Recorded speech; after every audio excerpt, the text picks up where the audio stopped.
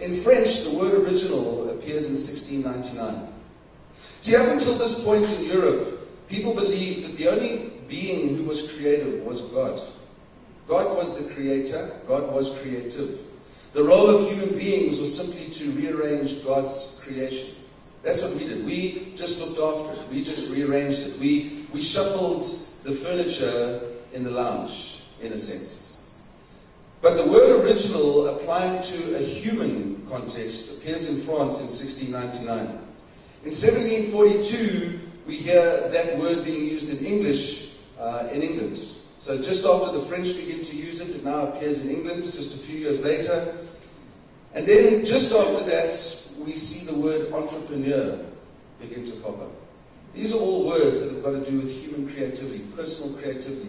The idea that God is not the only being who is creative and who can create. And this is all around the time of the Industrial Revolution. And then you look at what happens to the economy, not just of Europe, but it impacts the entire world. And so again, I say to you, I wonder what would happen if I could convince all of you that you were creative, that you could be original, that you had thoughts that nobody else had, and if you acted on them as you left this room, what might happen tomorrow when we got back to the office.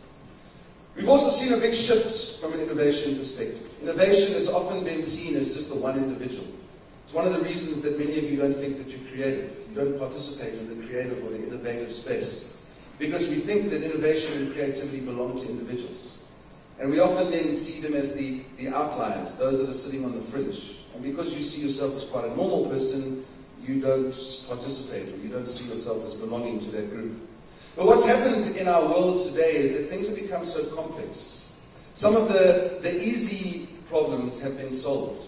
I remember reading an article about Einstein and science and maths, and someone suggesting that we will never see another Einstein come along. Because what Einstein did was he closed the gap.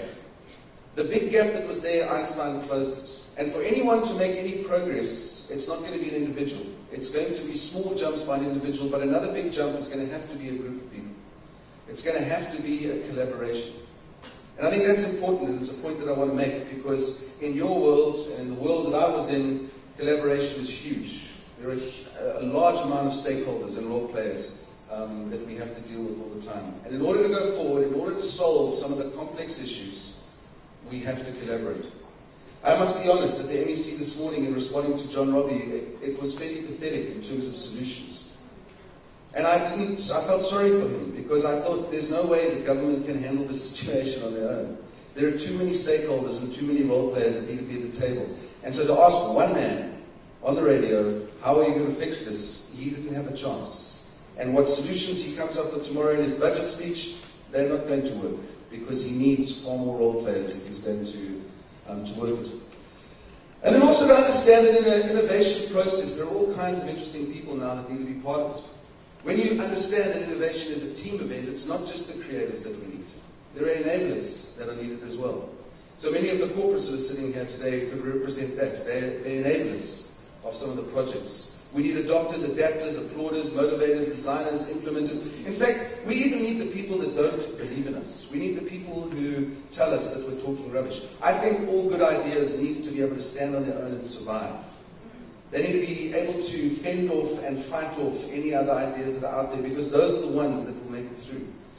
And so when you suddenly see that there are these different role players, it includes every single one of you in this room. Every one of you is part of the innovation process as we go forward. You might not be the creative.